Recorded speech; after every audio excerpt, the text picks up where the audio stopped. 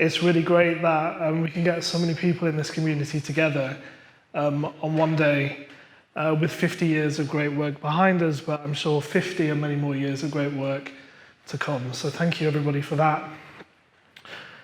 I wanted to talk about gambling addiction from a little bit of a different point of view today, because kind of 7 years ago I never really knew what gambling addiction was. I never really knew that you could get addicted to like a slot machine or online gambling or anything like that.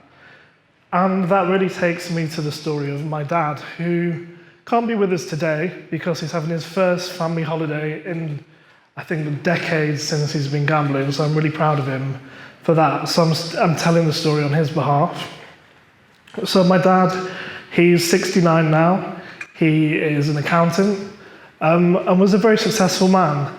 I think if you looked at him or if you looked at anybody here in this room today, he would look like any one of us. You can't really tell that he was someone who would fall victim to gambling addiction or who would have a problem with it at all. And for as long as I can remember, we had a very normal family life. Everything was pretty easy, there were no problems. Nothing to report. We went on holiday every year. There was nothing that made me think that anything could be any different to any other day. Until we get to April 2014, when my dad said, kind of rather suspiciously, that he was going away for a training course to do with his work that weekend, but he wouldn't be back for, in inverted commas, several days. Now, my dad's several days became even more suspicious when he packed a bag with a lot of stuff and said, I can't quite tell you when I'm going to be back. And it was a bit strange for us, but my mum kind of came into the living room that night and said, look, your dad's going away. We'll see him in a few days. So we said, okay. That Friday, he went on his so-called training course with work. We thought he did. And it got a little bit strange. So towards the end of that day, we got a phone call from an unknown number, and it was a solicitor who said, unfortunately, your dad hasn't been on a training course. He's been sent to prison for 2 years. He's just been found guilty of fraud. And today was his sentencing. And that was a massive shock. We couldn't quite believe it. There was just myself in the house with my mum and my 2 younger brothers. And it was a very strange day. It was almost like someone had kind of picked me up, turned me upside down and shaken me like a million times. And I still couldn't quite believe it. So my mum kind of just within seconds broke down. I kind of, being 21 at the time, was the only one who had to kind of piece the family together. And over the coming days, we found out that my dad had been stealing money from his work. He was an accountant. Quite a lot of money he stole to feed his gambling addiction that he says since had been going on for about 30 odd years. And it was bizarre. And I think as his son at 21, I instantly thought about things like, who is this man? You know, did I know him? What else was he doing? Because surely all that money couldn't be going on gambling, right? He had a house, he had 3 kids, he had a wife. But I've come to learn that a lot of those thoughts, even though they were in his head at the time, they were not front of his mind. It was always the gambling that was front of mind for him. So we had kind of this very strange 72-hour, 3 or 4 day period where my mum was in tears. We didn't know what we were going to do. We hadn't spoken to my dad, and he'd suddenly gone to prison for this crime that we knew nothing about. And he kept it secret. He kept all of his debts secret, his stealing secret. And also, I think the biggest kind of shock to us all was that in every other second he had, he'd been gambling. And he'd been gambling online on multiple websites with credit cards. He'd even been gambling with the family home without any of us even knowing.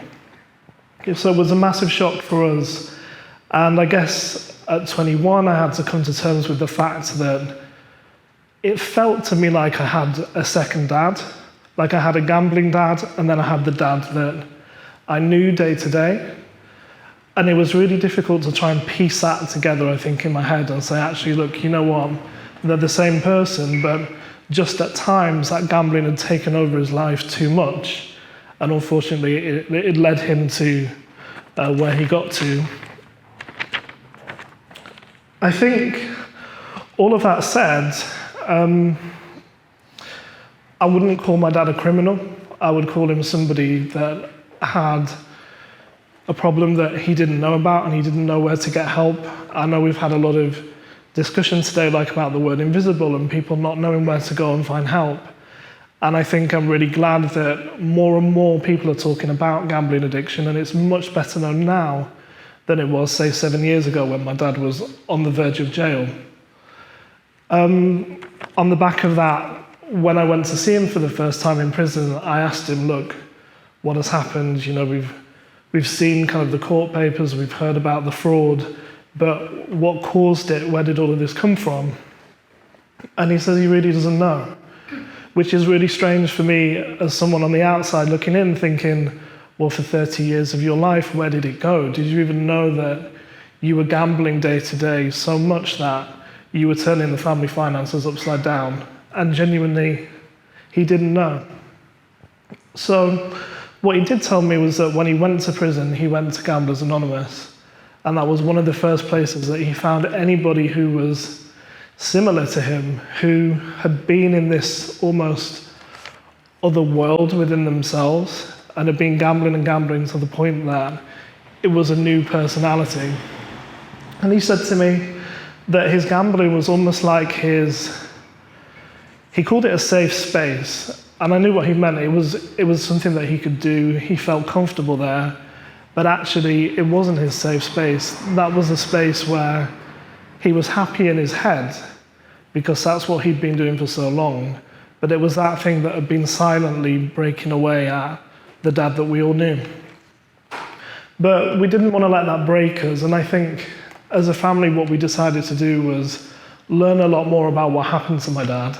It's the reason I'm sat here today, and it's the reason that we've talked about this story so many times before, in that we could either have let that break us, or we could either have let that story bring us closer together as a family. And we chose the second. I don't know what it must have felt like for my mum, who'd been married to him for like 35 years. She felt like, she'd lost her home. She'd, in all senses of the word, lost the husband that she thought she was married to. Lots of psychological trauma that went with him.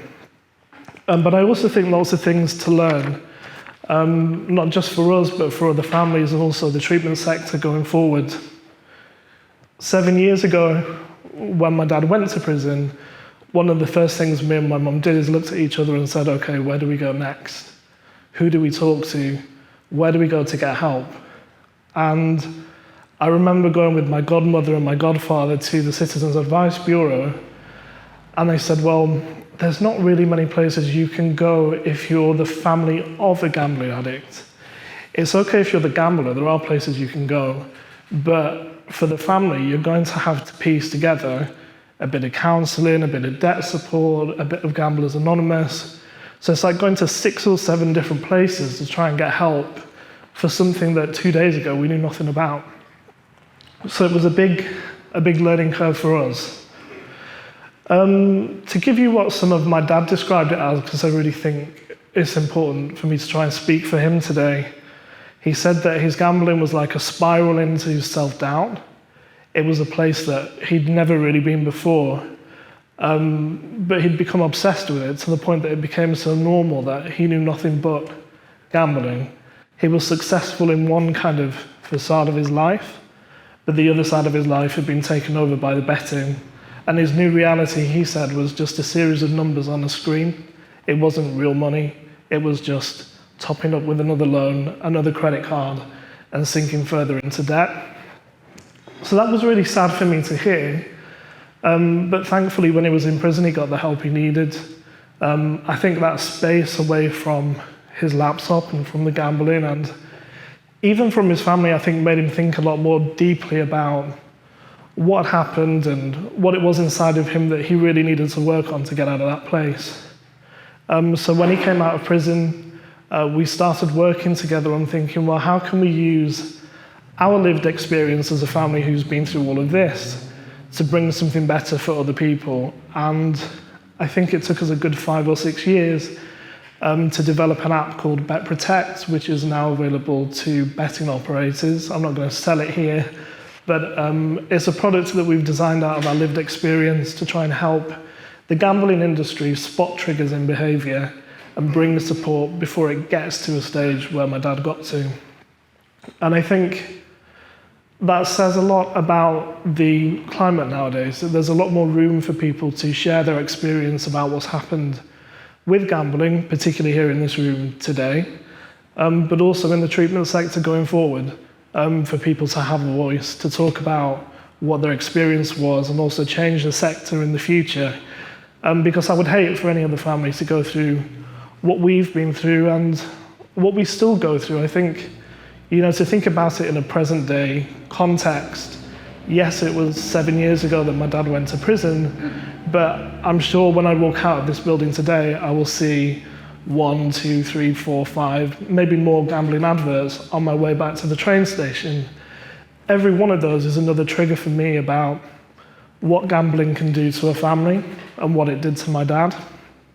So I always keep that front of mind when I talk about this, and also when we talk to the industry about, look, it is a very addictive space to be in, and very hidden.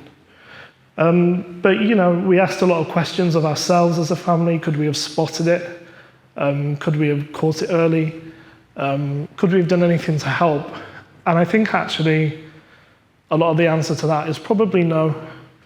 It's very difficult to spot a gambling addiction. The physical signs are obviously not the same as other kind of addictions. But hopefully, here we are now, 2021, things are better. My dad's on holiday. I can sit here and speak to you about what's happened.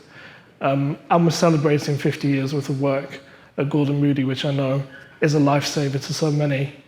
So really just thank you for listening. I hope my story has brought some focus to the reason all of this work exists, and long may it continue.